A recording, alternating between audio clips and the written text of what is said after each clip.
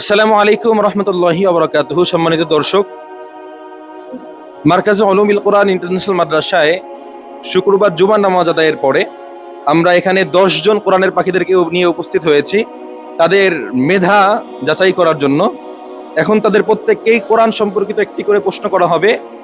যেই শিক্ষার্থী প্রশ্নের সঠিক উত্তর দিতে পারবে তার জন্য রয়েছে মাদ্রাসার পক্ষ থেকে একটি পুরস্কার গিফট। এবার আমরা প্রশ্ন করতেছি আমাদের নাজারা বিভাগের শিক্ষার্থী মোহাম্মদ আব্দুল্লাহর জন্য প্রশ্ন রয়েছে, কোরআনুল কারীমের কোন সূরার শুরুতে বিসমিল্লাহ নেই?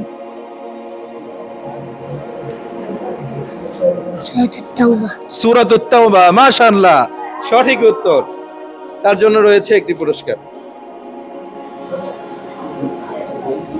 এবার আমরা প্রশ্ন করব আমাদের হিফজ বিভাগের শিক্ষার্থী মোহাম্মদ মুস্তাকিমের জন্য প্রশ্ন রয়েছে, কুরআনুল কারীম কোন গুহায় নাজিল হয়েছিল?